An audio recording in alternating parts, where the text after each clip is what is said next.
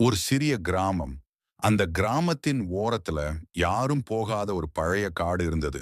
அந்த காட்டின் நடுவுல ஒரு இடம். இரவு ஆனதும் அங்கே ஒரு பெண் ஆடுவாள்னு எல்லாரும் சொல்லுவாங்க. அந்த பெண்ணை பார்த்தவர்கள் மறுநாள் மௌனமாக மாறுவாங்க. சில பேர் காணாமல் போயிருப்பாங்க. அதனால கிராமத்து பெரியவர்கள் சொல்லுவாங்க, சூரியன் மறைந்ததும் அந்த வழி போகாதீங்க. ஆர்வம் கொண்ட குமார் இந்த கிராமத்துல குமார் என்ற ஒரு இளைஞன் இருந்தான். அவனுக்கு பயம்னா என்னன்னு தெரியாது.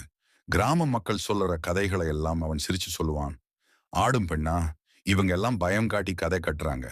ஒரு நாள் இரவு அவனோட நண்பர்கள் எல்லாரும் பயந்து வீட்டுக்குள்ள இருக்கும்போது குமார் மட்டும் அந்த காட்டு பாதை வழியா போக முடிவு பண்ணினான். முதல் பார்வை நடுநிசி 12 மணி, மூடுபனி, மரங்கள் கிசுகிசுக்கிற சத்தம், காற்று கூட சற்று குளிர்ச்சியா இருந்தது. அப்போதான் தூரத்துல ஒரு பெண் ஆடுற மாதிரி தெரிஞ்சது.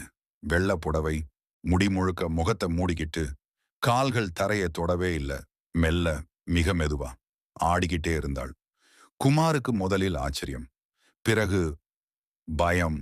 அவள் சிரிப்பு. அந்த பெண் திடீர்னு குமார் அவன் பெயரை சொன்னாள்.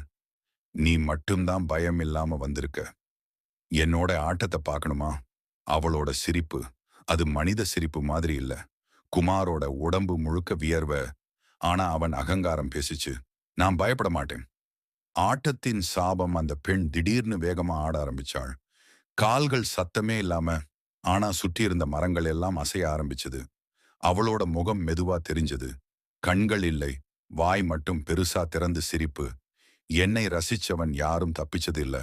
உன் அகங்காரம் தான் என்னை எழுப்பிச்சு. அவள் கையை நீட்டினாள்.